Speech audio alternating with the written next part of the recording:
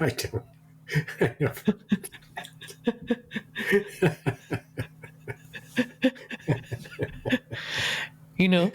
It's like you got to be holy, man. I never heard that. Yeah. Dennis, it's another week, and we skipped last week. We skipped last week because I was not feeling so bueno, and we're actually going to have to skip next week because I'm at this hour, a week from now, I'm going to be flying back from Croatia. Remember last year I went to Croatia? Yeah, going again. Good time was had by all. And they invited me back, and so I'm going again. And there was a bunch of COVID last year resulting from that, I recall. Well, that's where I caught the COVID. Right. But I didn't catch no deputy. And you're already on a roll. We're only 2 minutes into it. Go ahead. and yeah, well, so we're skipping the week, 2 weeks after that, because I'm going to be salmon fishing on the Salmon River. Yeah, and I'm also late September, early October will be indisposed as well. So who knows what all happens? Who knows? But we're just gonna go with the flow, man, and ride the wave. Will be pining for us. Where are they? God, I look forward to it, and now they're not there this week. I know. Where are they? There'll be a clamor. A clamor and a ruckus, yes. And a right, and just a general demand. Chaos. Yes. Right. So that's out of the way. How are your windows doing after a fortnight? Windows are good. I took a break from the windows to build the deck next door. That finished. There'll be a picture of a product that is all but painted, given that the wood has to dry before it can be stained or painted. An oft misunderstood consideration. Wait, it has to dry from what? Did it rain? From the treatment that it received. So when it rot, it's called green lumber, treated with chemicals that delay rotting and increase the longevity of the wood by threefold. Is that why you look so young? Because I drink it, yes. Yes, I rub it on my face, just like I did poison ivy when I was young. Fool that I was and fool that I am. Once a fool, always a fool. You can fool me once, you can fool me twice, and after that, it's my fault.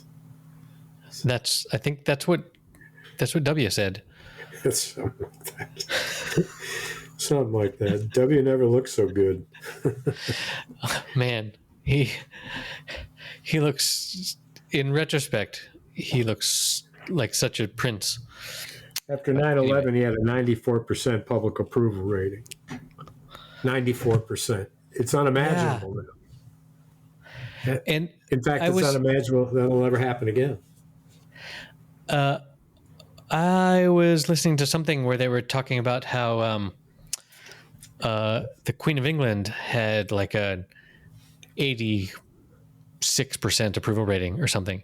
Yes. And now King Charles has like a 70% approval rating, which already, because it wasn't that high. I mean, like before he was like 75 or something, and now that he's king and is being sort of a jerk, things 70? haven't got better in the past 3 days. All he's been doing is walking behind dead people. Right, exactly. But that level of approval is like any American politician would kill to have that approval rating. Well, in fact, because there's some evidence that they are trying to do just that. Well, I mean, I don't know who all Hillary had murdered, but yeah. Oh, yes. Well, you can only imagine. In her basement of her house. Isn't that where you kill people? That's where I kill people. Yeah, I dig out. There's an area I dig out. Right. Repatch with cinder block. Right. Yeah. Yeah, now I'm having fucking nightmares about it. Thanks a lot. That's all I need. Well, you got to soundproof the actual killing zone. So last week I was disappointed because I was hot to talk about 2 things. Still am, in fact. One is tell me. Ethan Hawke TED Talk you sent me, which is some serious chatter. And then the other, which I would rather start with, is that you completed, I think, watching Elvis. I was going to, but then I sort of didn't. Well, but I watched the first half, and the first half is, it's the rise, right? Obviously, later there's a fall, but it was just so much fun. Like in echoing its peers of the Freddie Mercury and the Elton John docu pics, not really documented, but biopics. It's Ray Charles. Yeah. It was just so Aretha Franklin. I saw, it was such an amazing, to me, where I wasn't there. It felt like a fairly realistic depiction of that time and the social pressures and how. Do you think he dressed like that when he wasn't on stage? Purple suits and flowery see-through lace shirts. Because that's how he dressed in the film even when he wasn't on stage. I mean, I do, but it's. I dressed down for this show, man. A lot, apparently. I wish you would wear a purple lace shirt for one of these shows. It would at least it'd be more interesting than looking at your mug and your oversized old golf shirt. Thank you. Yeah, so I can't comment on the later downfall, sadly. Well, I'm not going to comment at all on the movie. Okay. But it's good to hear that you are gathering your thoughts and wits about you as you see it. I'm invested. Yes. More to come. Now, I want you to know this, just switching subjects quickly to another TV show, which we will not talk about because you don't watch it. And after you're done hearing me talk about it, you won't want to watch it, is the Game of Thrones follow-up, House of Dragons. It is, I am watching it only because I want to see to what depravity the terrible acting and casting goes. And I really don't have that much more better to do. I've given myself an hour and a half of television almost every night. And so I like to follow it. I was hopeful that it would get better at any moment. And maybe I'll tell you eventually that it will. But right now, it is almost unspeakably bad when it comes to casting, dialogue, and characterization. It's so easy to be a cash grab when you're following a previous success thing. It's so easy to let's spend as little as possible and take in as much as we can from this. Well, which artistically is sad, right? You would hope more. Yeah, it's not about money here. They spent incredibly gobs of money, and this is my point: is that what they spent the money on was the scenery and the incredible sets and the dragons and the battles and all that, and in Game of Thrones, that was the background for this characterization that was riveting, this dialogue that was just riveting, and in this, it's what the show is about, right? And the dialogue in between is uninspired and seems to be written by a 16-year-old. Right. They cut the costs in the wrong places. Or because Game of Thrones was from a series of novels, right? And this is the continuation of those novels. There's no. Yeah, but this is a prequel, which was also right, exactly. written. But this wasn't George Martin or whatever. Martin. But yeah. Did he write this content that you're seeing on the show? Yeah. Really? Yeah. In the Story of Fire and Ice, which is 5,000 plus pages, and is actually many books, but it's I've read them all. It embodies a current action and prequel material because what George Martin constantly does is go back in time. And so, okay, so it's not like some television writing staff like extrapolated from his work. They're taking from his work. They're taken from his work, but remember that Game of writing Thrones shit dialogue or great whatever. license with George Martin's plot, and when it suited them, they changed it. And the scenes that were in 3,000 pages of material, there are countless scenes, and all a television show can do is capture 60 minutes worth of those, and usually a scene's going to be a few minutes. Right. And the scenes they captured and showed to a point, I could remember the actual literary passage of them in the material. This stuff that we're seeing here, the plot is clearly what was material in the books, but the dialogue, similar to, well, somewhat dissimilar to Game of Thrones, because when they did the scene and it was from the book, it included the dialogue from the book.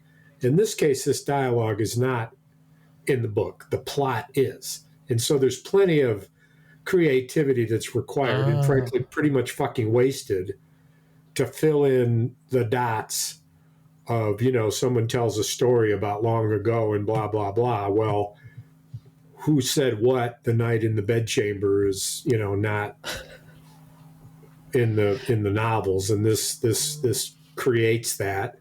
And I think they hired a 15, maybe a 16-year-old to write it. Right. So they're spending all the money on the special effects and skimping on the writing staff.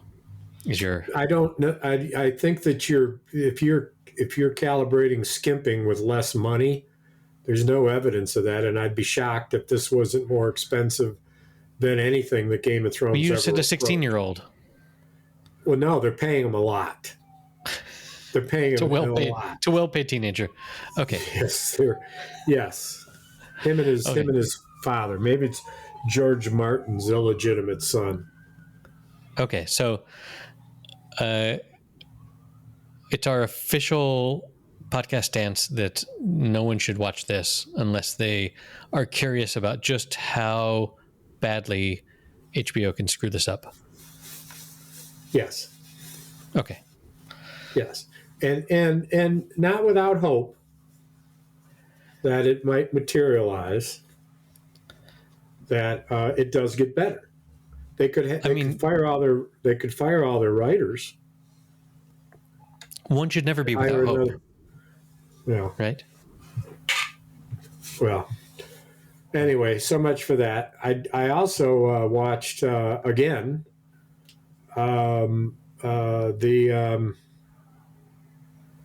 what's the name of it? The Secret Life of Bees, from the novel.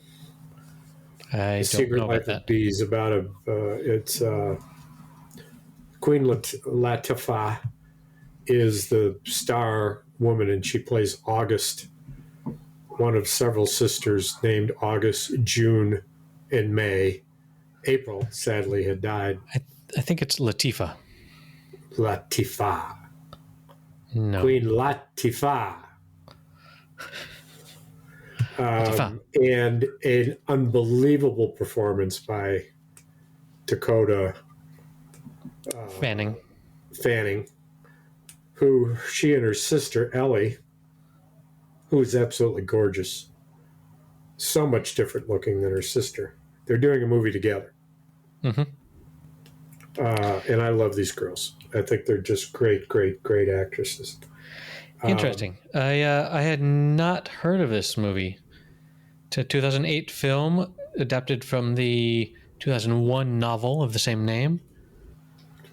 Author. And the author's name is Sue Monk Kidd. Yes, Sue Monk Kidd, who has never written a novel, and I think I've read most of them, that wasn't absolutely excellent, like this one was, and the movie does it justice. Her other most known novel is called The Invention of Wings. Uh-huh. Yes, and Paul Bettany is in this movie, and you remember him from the Russell Crowe movie, a commander on the sea. I know him from lots of movies. Oh, you do? Yeah, it's actually not Bethany; it's Bettany.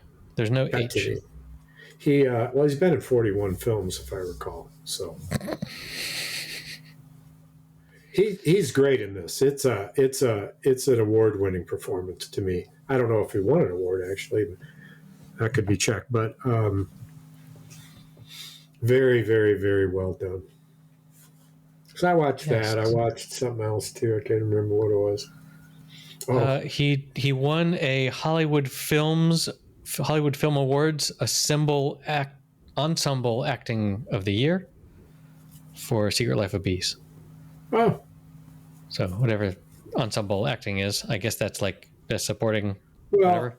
No. Or best in this case, team member. Particularly, there isn't just a star of the movie. There are a series of central characters, and although in this one, Dakota Fanning's character, whose name is Lily, is the central character, certainly. Mm-hmm. But everybody else is almost equal footing, and there's a dozen of them. So the ensemble is right, including but not limited to what we otherwise call supporting cast. Sometimes it's clear there's only one supporting actor. There's one, right, limited. And this is busier than that.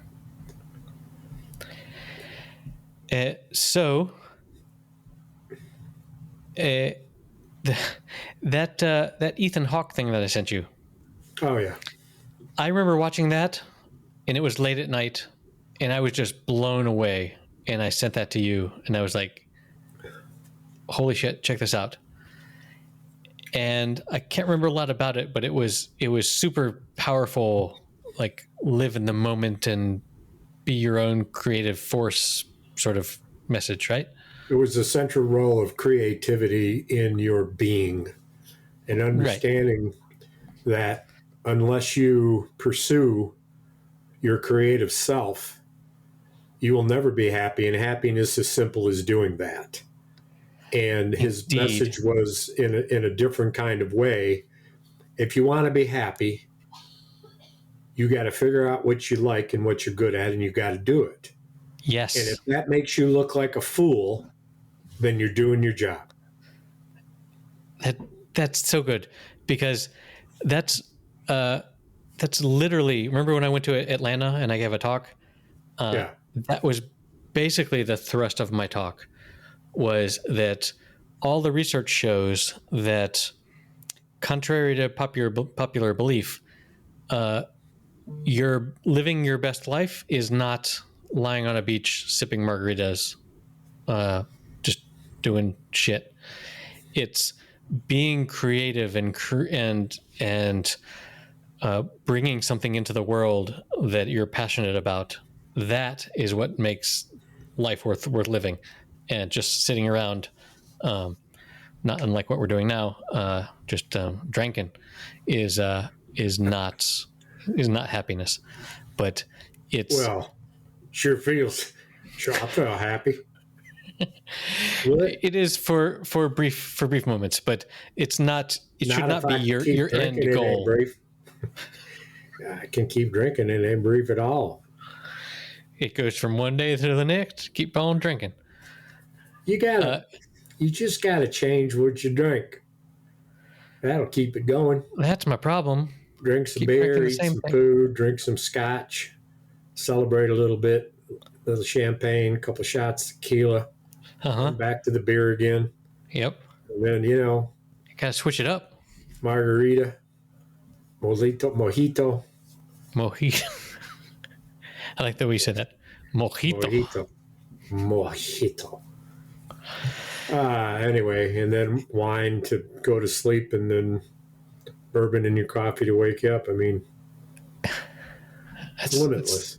Yeah, exactly. Life is good. Life is good and a little bit blurry. Life is good, albeit out of focus. Mercy. Yeah. So I played some music last week. That was a blast. Did you know? Down at O'Duffy's. Before you tell that story, Ethan Hawke. I have a work colleague that lives in Austin, Texas, and they just had their blues festival that is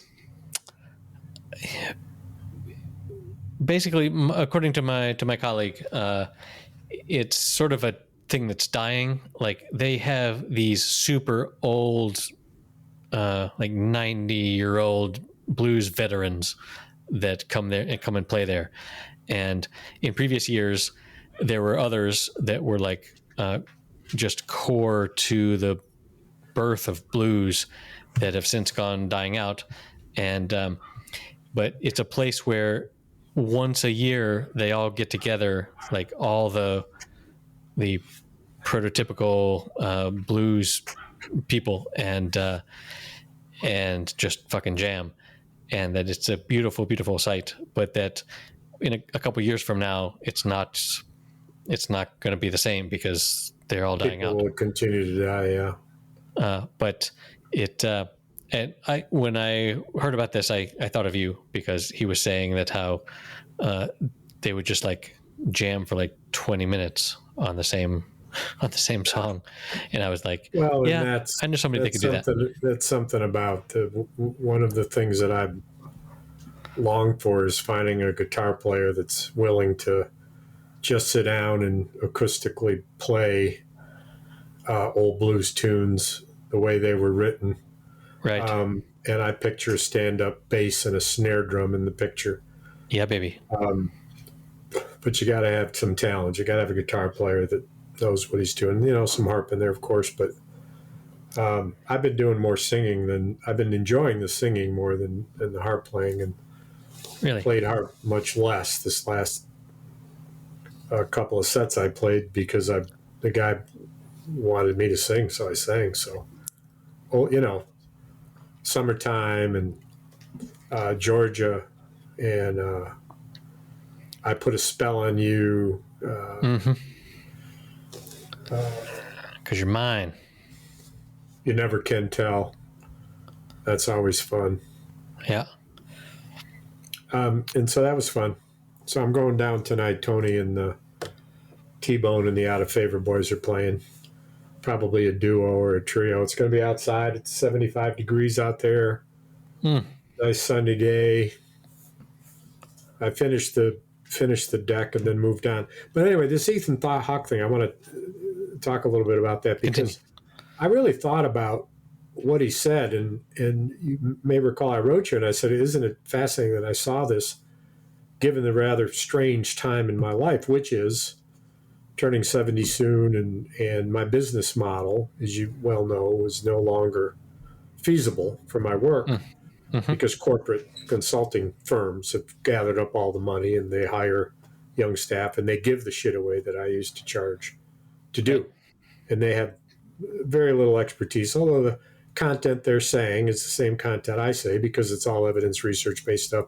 It's true, but the question is, how do you use it, and what do you know about how to apply it so that it sticks, and relative to training and policy, and it's much deeper than what mistakes might you make that you have seen made that the young people haven't? Again and again. And what record of mistakes leading to total failures is there, and why? I've done that analysis, but I'm kind of an anachronism in the sense that, you know, that type of individual consulting is met to the wayside, at least in the space I'm in. So I've been doing construction work, as you know, and got some gig work, building a deck and spray washing. My son and I have gone into a little side business practically, and it's making good money for him when he needs it, and some money for me because I'm not getting any consulting money. And I've moved from, getting, $2.25 an hour to $35 an hour, and it doesn't matter to me at all because I'm enjoying it more than anything. Is that just in cash, or like do you have an LLC and you're like doing it above board? Today, I mean the current gig work. Yeah, it's cash. It's under the table. Okay. The other stuff is all above board, and Okay, we won't publish this part. It's fine. It's okay. Let them come get me. It's a few $1,000s. But anyway, what Ethan Hawke, what he said, struck me because I thought, well, that really explains it. I'm being very creative in what I'm doing, and I'm learning, and I'm doing it, and I'm getting paid for it. And I don't think at all about the comparative payment. It's not an equivalency. It's apples and oranges, But unlike the consultancy work, which is pretty well paid, and this, which is, I don't know, carpenters make $45 an hour. I'm charging 35. Particularly since it gives me a little room for extra hours because I've got relative inexperience. But I'm enjoying the hell out of it. And that helped explain it. And I realized too that my quest for music needs to, in playing and participating in the community of music, needs to have a more dedicated part of my life because I enjoy it so much. And it sounds like it's being answered. Aha, I said. Of course I should do more of that. And immediately I started pursuing it, writing emails, contacting, showing up at more places to play, playing more frequently, talking to people about it. Excellent. And, and it makes me happy. That's what he said. What makes you happy? What makes you happy? And whatever makes you happy, guarantee you, it's creative. That's what makes you happy. You'll be surprised what it is, perhaps, but just think about that, and it's related to some degree of creativity. That's our purpose. Exactly. I certainly feel that consumption doesn't please me, like watching 3 movies on Netflix in a day doesn't fulfill me in the same way as like writing a single, blog post or writing a bit of code that solves a little problem.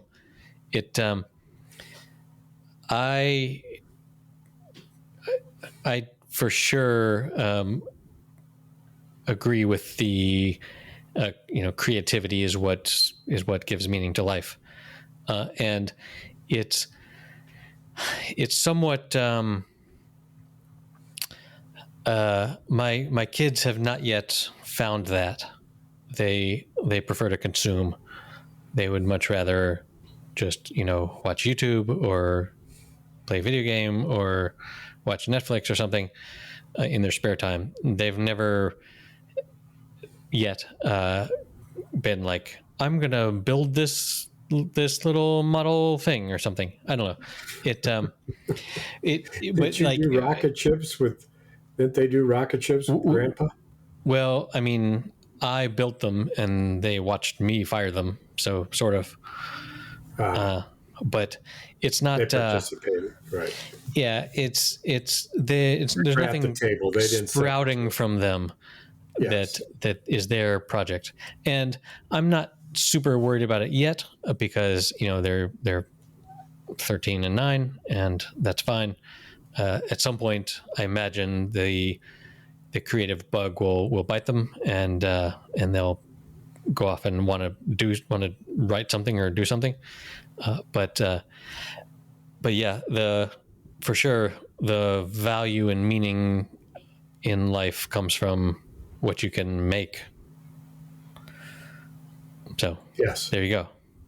What you can look at, particularly look at and make. When you make things that are tangible compared to things that are conceptual, right? So that's a difference between. Oh, I mean, is me writing a web page tangible versus conceptual? Okay, I guess so. Yes, it is, because as you can do, it's a thing that is a thing in the world. And writing a document, I guess, is the same. You can forward it. It's a document. Right. Now, what it probably talks about is a mixture of conceptual and more, down to earth. Tangible. Well, it could be So when you get into the kind of work that is advisory and facilitative and that kind of stuff. Right. Well, you're not creating, but you're helping others create. Your product is your process. Mm-hmm. And actually you're not necessarily in charge of the product at all. If you're facilitating a process, then your deliverable is the process, and what is tangible is the evaluations of the people that said you either manage the process well or not. But at the end of the day, they say, so what did you build? And you say, I didn't build anything. Right. I guided the builders. Well, what did they build? Well, that's not my responsibility. I can't take credit for that. Well, that's a little humble, but when you get abstracted another level away, where you're advising the people that are, that's like an architect, educative. Right? The architect isn't building the cathedral, right? The architect is like drawing what needs to be built, and very, very, very, very tangible. So, I don't know.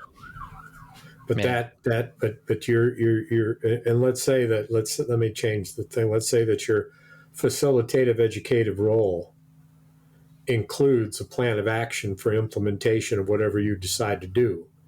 That's akin to the architect and the papers that he or she draw up, the blueprints, right? Right.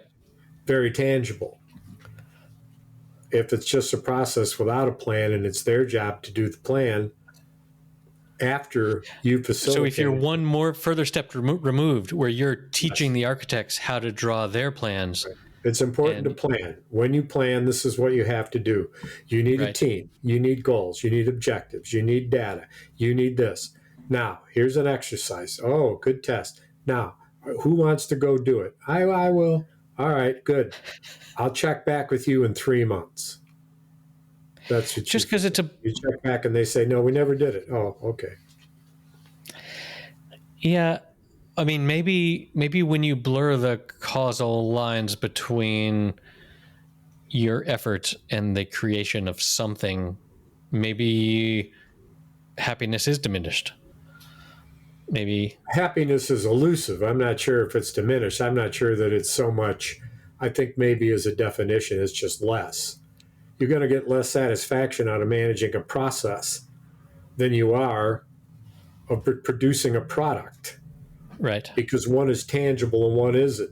One you'll be sure of because it's in your hands. The other one, you're not quite sure of it. You facilitate a group of 12 people. 6 people say, hey, I did great. 3 people say, pretty good. 3 people say, you didn't do a good job. But isn't that all of like teaching? Like, isn't what teachers do? Yes. Is teaching the process of how to do stuff, and then nothing tangible comes out of that apart from the student being like, oh, I see now. Well, there's certificates that come out of it. That's tangible, but there's certain standards that are applied. But at the end of the day, we're not very good at creating a standard of learning. In being hungry and learning, as opposed to, being able to remember a piece of information. We test on data, right? Who was president, what year was this, what year was that, and the real question is, did I instill in you a yearning to learn, right? That you can look that stuff up on your own without me? We don't gauge that, right? That's why homeschooling is so different. Is because homeschooling is about the journey of learning and a child's natural learning instincts and inquisitiveness leading you into the subject matter that you're actually educating about. So let's say that you're doing you're reading a book about Greece, and the child says, wow, look at that money, that looks cool, I've never seen a coin like that with holes in it. And you say, oh, well, you want to see more Greek coins? And Yeah, Googles it, gets more Greek coins, and the next thing you know, he's collecting Greek coins, and and then he said, "Oh wow, I just found a stamp," and that was used about the same time with these coins. 14 of these coins would buy this special stamp you could use, and then you learn stamps, and in the meantime, you're learning metrics, and you're translating Greek into English, and you're doing all this stuff, and every one of those opportunities for learning is the core of what homeschool can be, as opposed to you will never get that in our education system sometimes. Right. I mean, it comes down to, like, as we've discussed before ad nauseum, it's if you're managing a huge system, you need metrics. And there are some things that you can measure and some things that you can't. And so you choose by sort of necessity, obligation, to focus on the things that can be measured. And the test scores and the who is the president can be measured. And the inquisitiveness about Greek coins cannot. It can be, because you can do quantitative research and you can ask 10 people. At what cost? Well, suddenly cost is a factor. It wasn't a minute ago. That's interesting you say that. But if you're looking at accountability, you can measure. It's not that you can't measure it. It's absolutely true that it isn't measured. It isn't measured because it's not a particular goal in many situations. Although I said, maybe when you're younger, if you're going to a Montessori school, and the whole purpose of the school is to teach, social community learning, right, in a group environment, and it goes to a certain extent where the children want it to go. But as soon as you have more than one child, then somebody's got to decide. If you're just teaching one child, you go where the child wants to go. But if there's 3 or 4 children, one wants to go this way, one wants to go that way. Well, what do? Well, you do three lessons about that. Say, here's what we know about Greek coins. Here's what we know about Greek stamps. And here's what we know about Greek clothes. And yes, it's true. The emperor did wear purple lace shirts. Yes, right. That's true. Like I do. Yep. That's who Elvis and you are emulating, is the ancient Egyptian prince captured in his sarcophagus with the remnants of what has happened to this conversation? We all because of Ethan Hawke. All because of it. And you know what I love that he did too was, at the end, he proved that he's willing to be a fool, because in spite of what he had, and to kind of punctuate what he had said, the thing ended. He picked up his glasses. He wandered back to a shelf. He picked up his guitar and he sang a little tune. And it was a silly little tune.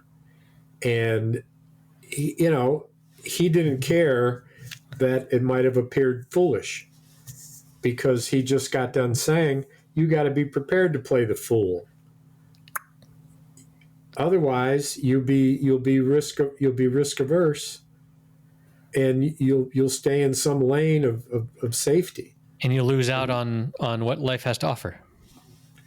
What has to offer when you share. There's much creativity that is private, and there's much creativity that's shared. Right. Creativity that he does, that he shares, and including music and direction and acting and whatnot, has got plenty of room to be foolish. Whereas a painter, I suppose, did too, if they draw a stupid looking painting. But who's to say a painting is stupid looking?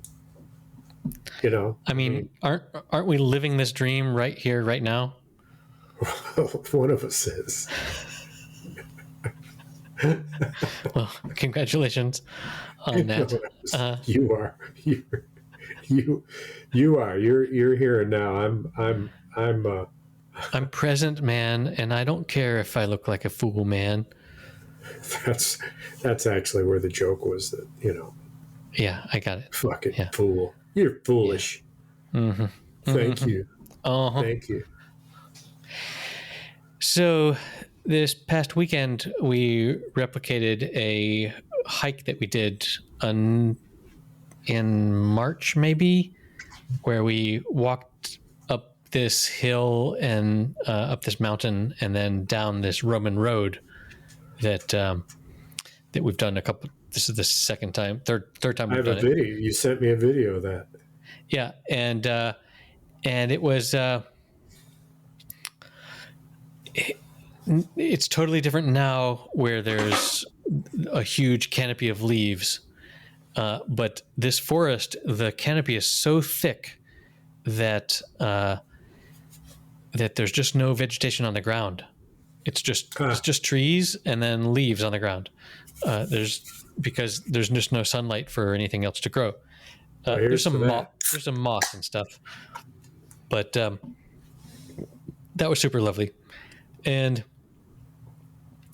again, just that contemplative state of walking on stones that were laid over 1,000 years ago. We saw a couple of trees that are probably over 1,000 years old. And to just like sit there and for a moment be with the tree that has seen so much happen. What was the novel that I read that I recommended to you about trees? It's Pulitzer Prize winner. What's the name of it? Remember? Shit. Yeah. Because I lent it to my daughter. She never gave it back. I believe it. Not that. Not that you can't trust your daughter, but that you mentioned a tree book to me. I remember that. It's and we talked about the movement of trees and the wind blowing the trees. Yes, and just how they communicate and how they live at a different time scale than we do. Yes, and which you've talked about in other contexts. And the discussion of the book I read about Alaska and the naturalist. I'll remember name and title soon, but he talked about this epic kind of timetables of glacial movement.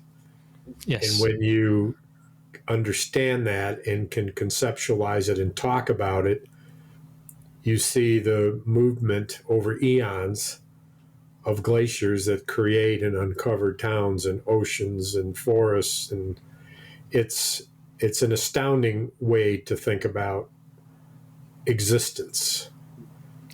True. And we are just a little blip of nothing. A gnat on the ass of a mosquito. I mean, what? A gnat on God's ass. Well, she wouldn't like that. On the mosquito. Well, I mean, she'd say, "Goddamn gnat." She'd smack her butt. Me damn gnat. I damn gnat. Today is a precious, unrepeatable gift. Unrepeatable or repeatable? Indeed, do you perpetual succors, Our Lady of Perpetual Succor, please look down upon me and grant me the succor. Succor. Wow. Sounds like sugar. Succor. Sucrose? Succor. Succor. It's sustenance. Complete sustenance. Maybe not complete sustenance. I don't know what the fuck I'm talking about. We determined that a while back, but anyway, like episode 2, we can go back clearly. Unlike this moment for you and I, this can be replayed by the listener as many times as they would like, but please don't. Hey, how come when you talk, it's showing me your? Don't worry about it. Don't. It's recording. Calm down. That was a technical question. You're dismissing it. That's fine. People are interested in what I'm saying. I see your waveform, man. You do? You see mine and I see yours. Is that the way that works? Your waveform is beautiful, man. The way you make the air vibrate. Okay, we've devolved into this.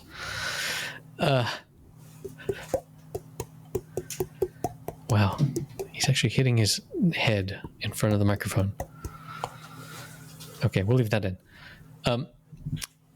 I sent you an email about the result of the Emmys.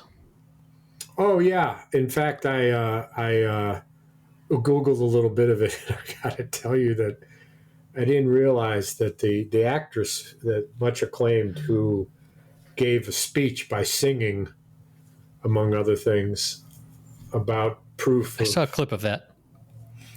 Did you know that Jimmy Kimmel was lying as if unconscious at her feet through her entire speech? Because just before she got the award, there was a little skit, or a moment, a funny moment, when there was interaction with Jimmy Kimmel, and the result was that he became unconscious, and he was laying there for her speech. Little did he know, for the next couple of minutes she would be giving an award speech. They cut him out of it, and you can hear her say, "Jimmy, wake up, I won." But she literally stepped over his body. Right. And when she was done, his cohorts in this little routine dragged him off the stage as if he was dead. Wow. And some people were pissed about it. Of course. But she said, "It didn't bother me. I won the award. Now I'm going to see him tomorrow. I may want to punch him in his face. But right now, I don't care." And so continues the award show violence. Well, no violence. He was. I think his point was obviously that, unlike Will Smith, he was just continuing with the bit. Slap. Right. This is how the awards go on, even though somebody's lying dead on stage. But he picked the wrong. He should have picked somebody who, if they won, would be funny. Right. Yeah. It's sort of like when Jack Nicklaus won the Golden Globe, and Nicholson. It was tied between him and Daniel Day-Lewis, and the third guy who didn't win was Robin Williams. And so when he got up to Jack Nicholson accepted the award, he said, "Robin, is there anything you'd like to add?" And Robin Williams got up and stole the mic. Well, as he does. It was hilarious. And the greatest thing was watching Daniel Day-Lewis uncontrollably laughing about what Robin Williams is saying. And of course, had to be totally unscripted. Maybe Williams thought about it. No. But it's worth watching if you haven't seen it. All right. When I edit this, I will go back and find it. So my can of beer is in fact cold from the koozie. Well done. And it's a Point Classic Amber beer in a can, which is the only canned amber that I drink. Canned amber. I tried to drink a canned honey amber, Michigan-based honey amber, but because they were out of draft at Latitudes, that is the brewery that makes it, and they were out of cans. Woe is me. And they had no other amber on the menu. It was one amber and 14 other beers that weren't ambers. A porter, a brown. I could have ordered one of those, I suppose, but so I'm an tomorrow, through and through. Tomorrow I'm doing an interesting thing. Tomorrow is a local holiday in my region of Spain, celebrating something where, like 300 years ago, some sheep farmer was up in the mountains, and a bit of sunlight glistened in a way, and he thought he saw the Virgin Mary.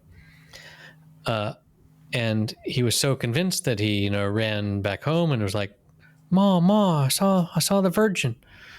As I assume, translating that into American English.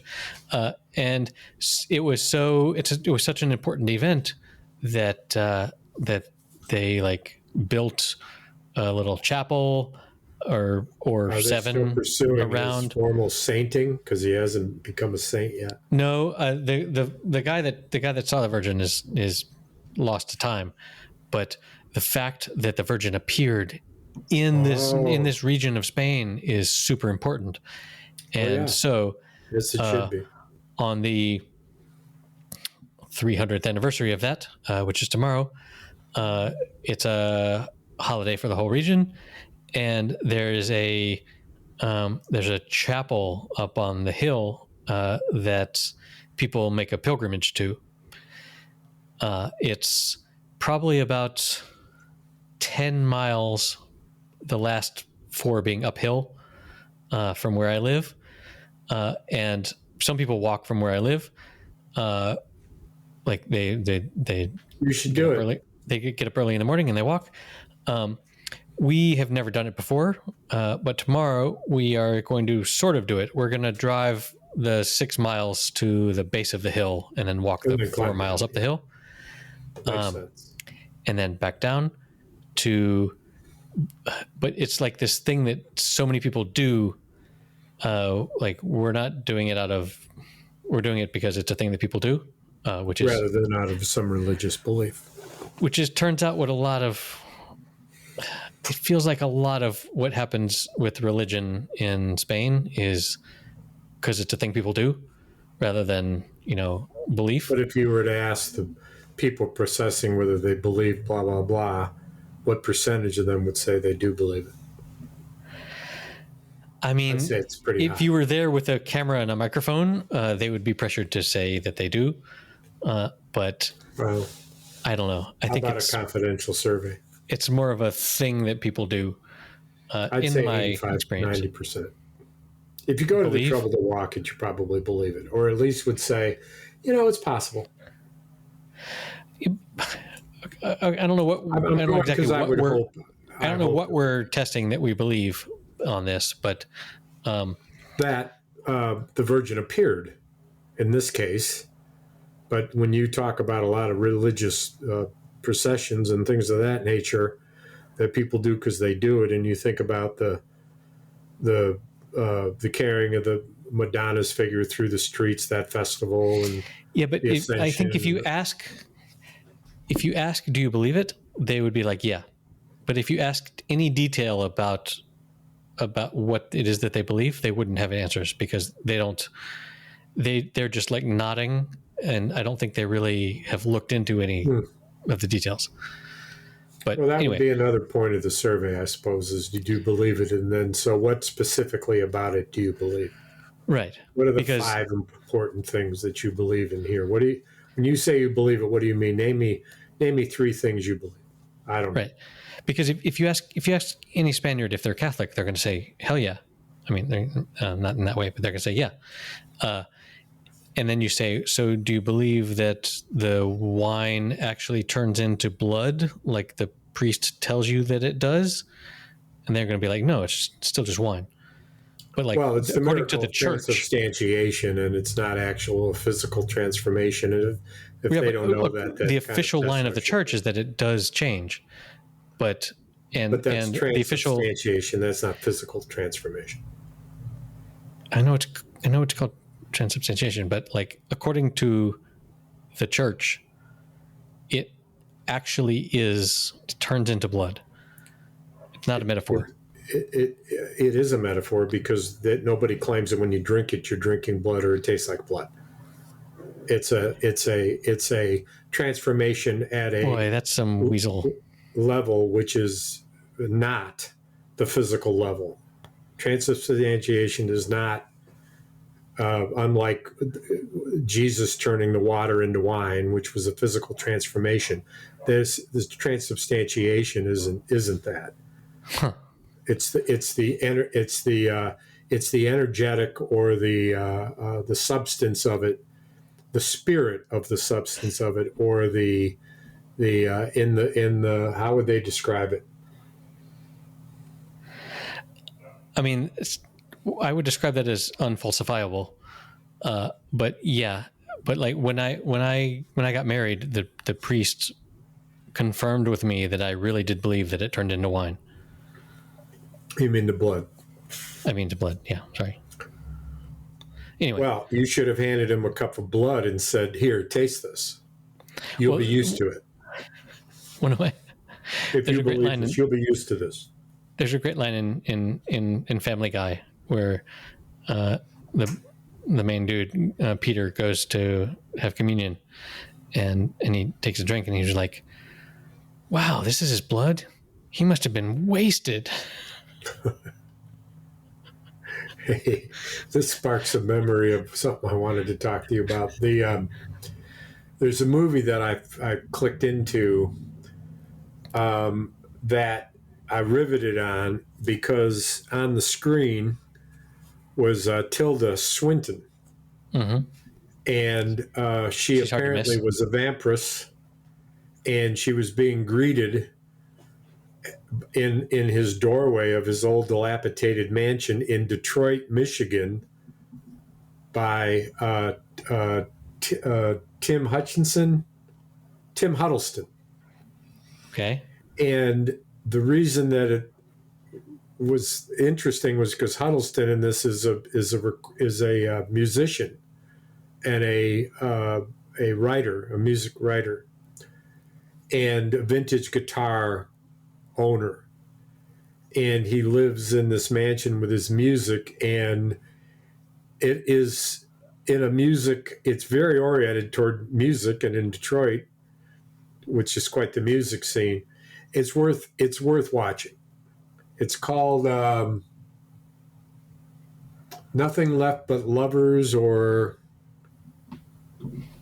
God, it's, I don't know, man. I'm not good at remembering things, Only Lovers Left Alive. Yes, Only Lovers Left Alive. And I won't spoil the ending, but it ends in a very 2013 fantasy comedy drama film written and directed by Jim Jarmusch, starring Tilda Swinton, Tim Hiddleston, and Mio. There is some humor in it, but it's not a comedy. It's not a comedy. That's misunderstood. It's not a comedy. Drama comedy rather than a comedy drama. Well, okay. A drama with humor is different than a drama comedy. It's a drama. Okay. It's not a drama. It's not a drama comedy. I don't know. Unless they build it that way. I certainly thought some of it was humorous, but it wasn't. I didn't laugh out loud. No way, man. And you know who else is in it? Is this this young actor. He's got a Russian name. I think it's Anton Yelchin, who died. Yep. When his car was crashing into a gate, slowly rolling down a driveway, and he foolishly thought he could stop its descent and got crushed between the car and the gate. He was famous for playing Chekhov in Star Trek. Yes. Which I never really caught him in that. I never watched that. Yeah, what a tragedy. I heard a discussion recently about how that was sort of a failure of the interface in the car, like that it could feel like something was turned off, but it was turned on or something. And yeah, that was that was pretty sad. That was 2016. Did the credits show him in this? Because he was unrecognizable. Yeah. Long hair, scraggly beard. He played a guy named Ian. Yep. Ian, right. but I knew instantly it was his because his voice is remarkable. It's hard to miss. Speaking of weird tragedies, today I learned that the Pentagon, the construction of the Pentagon was started on September 11th, 1941. Really? 60 years exactly. So why they picked that date? No, probably not. But anyway, just a fact that I learned today. I thought I would share. Hey, so a little bit of politics anyway, and also a little football. Which would you rather not have first? Is the football about North Carolina? No. Football is about Buffalo Bills, and you're going to hear the story. I don't care whether you want to or not. Our listeners are saying, yes, say it, man. Tell us what happened, hold on. man. I listen to a podcast that talks mostly about politics, but then they talk about specifically college football in North Carolina, which is a weird combination. But apparently, all of the North Carolina football teams are undefeated so far after like 2 or 3 games. Meaning all the college and the pro team. No, college. But all college. But that hasn't happened like in the history of college football. That one of them hasn't lost yet. NC State, Chapel Hill, Duke. Yeah, all of them. On and on. There's a lot of them in there. App State played some huge important team that was expected, where they were expected to be crushed, but they won anyway. They beat Michigan many years ago in Michigan, Appalachian State, which is up in Boone. Right. That's a storied victory. Okay. Anyway, please.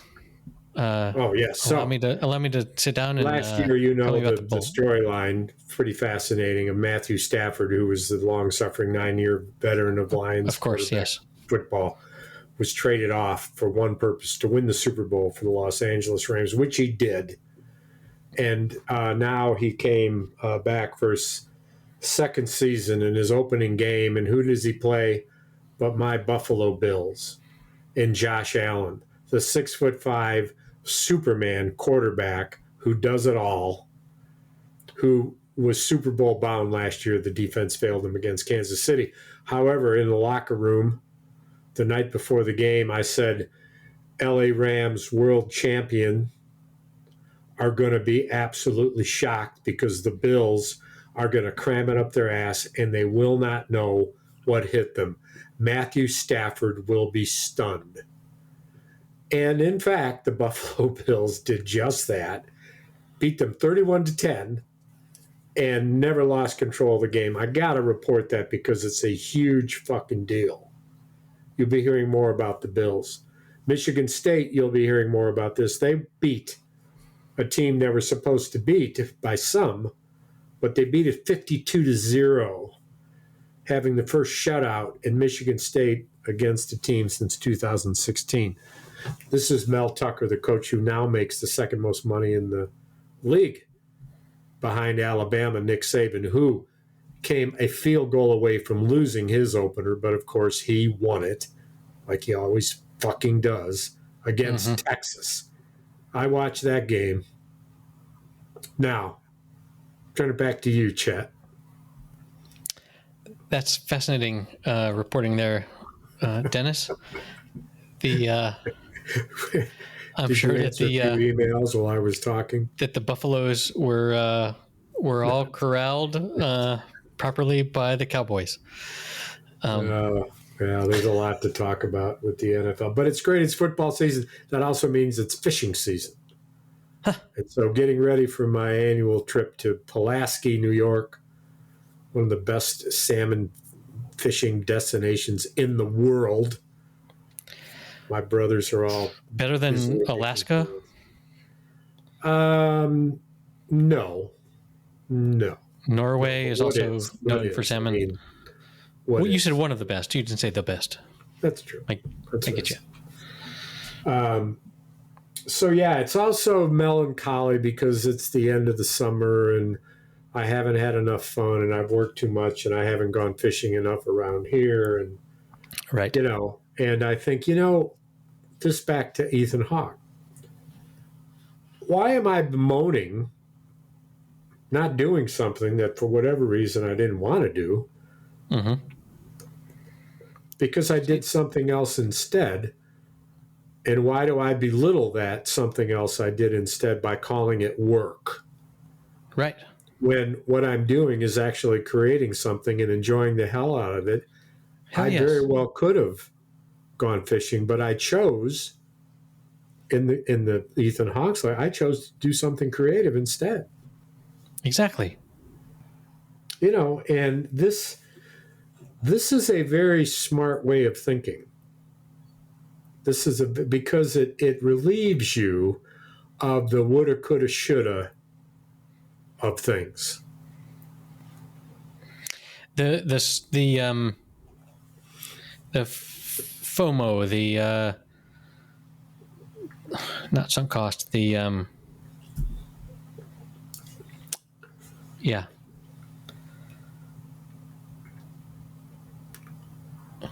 The thing where you have to take into account how much the other thing would have been.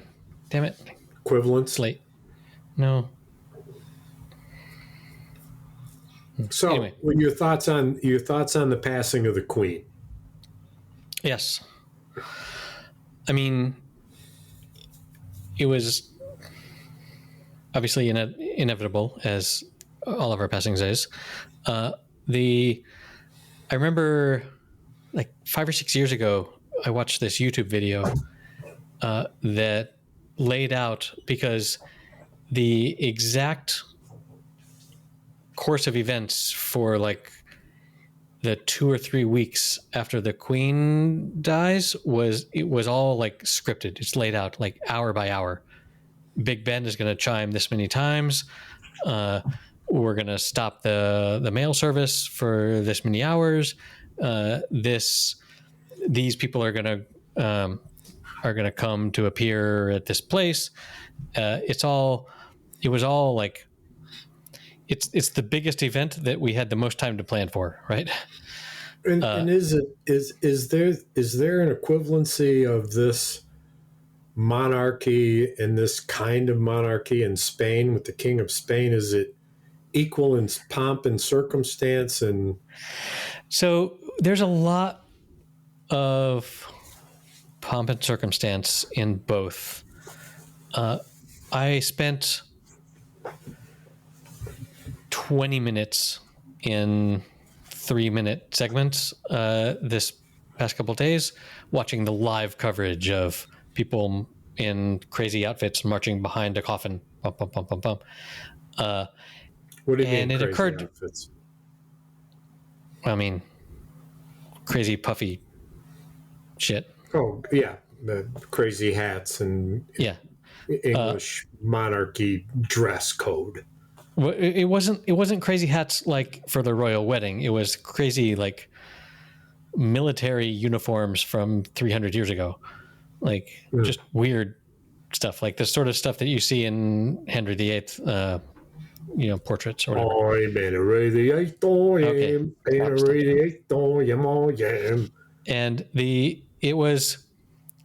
And I watched that and it was like, on the one hand,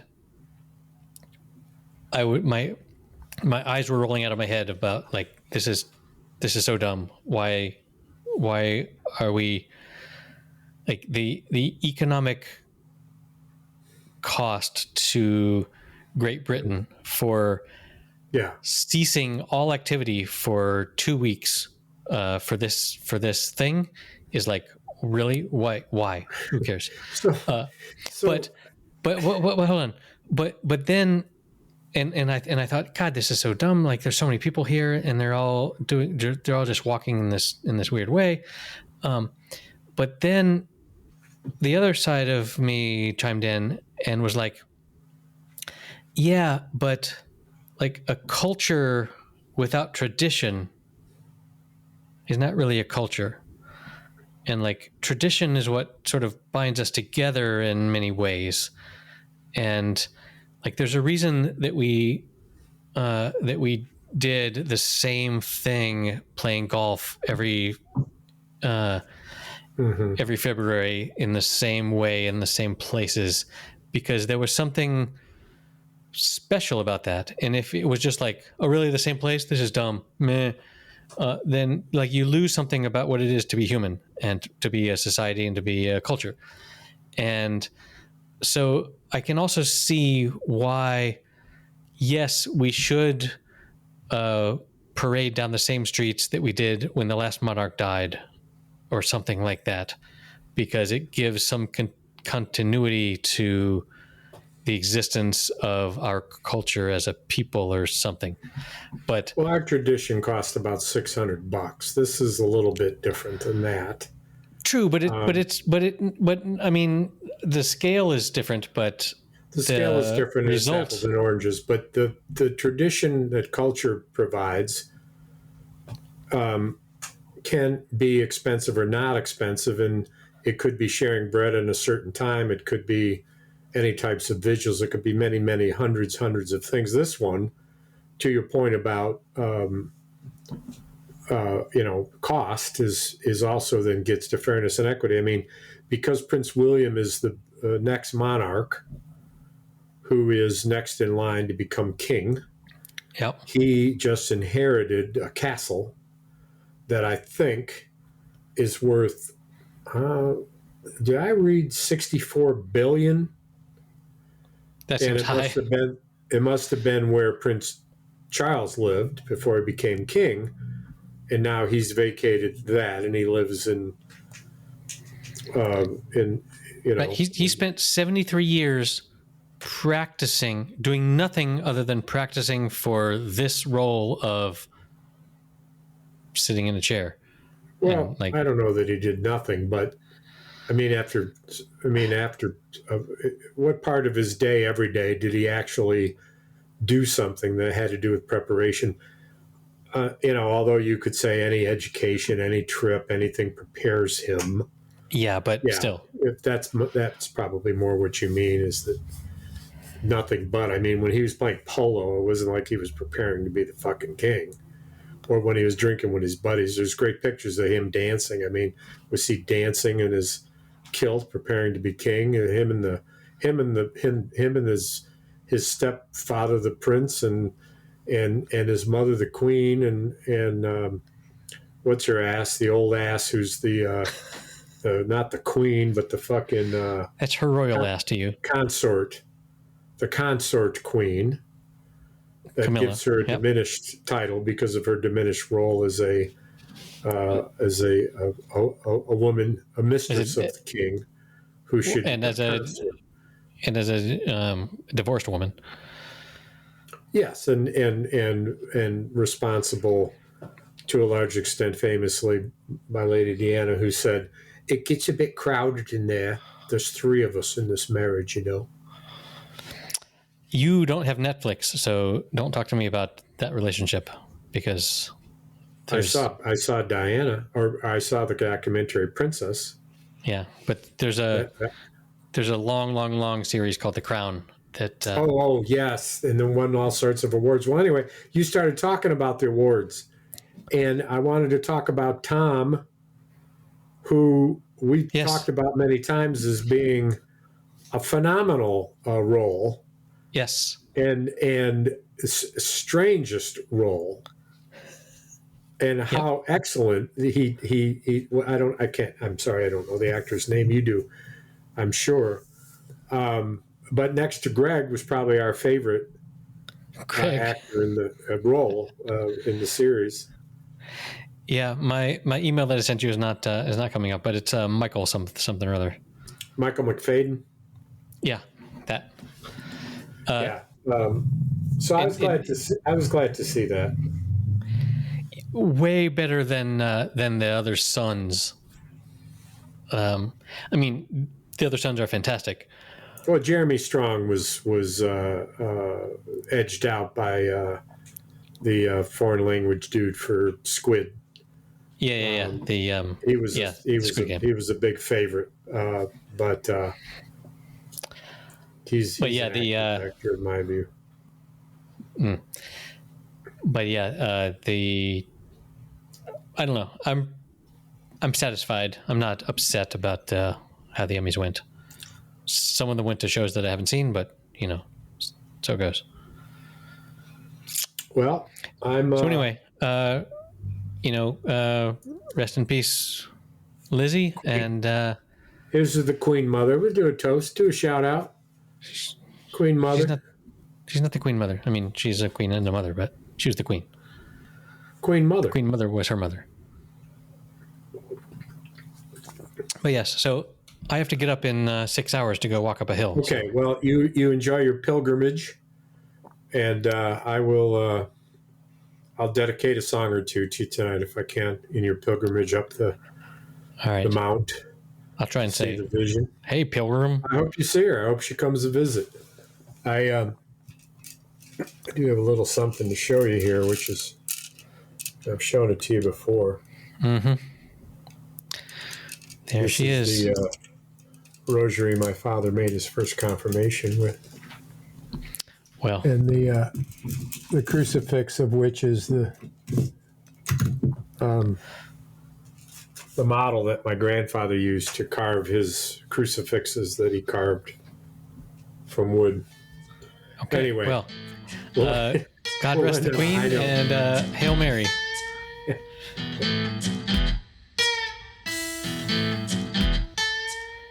Okay, that's it for episode number 161. You can find the show notes, and you definitely didn't need to go and watch the Ethan Hawke video and that other thing where Robin Williams steals the award show.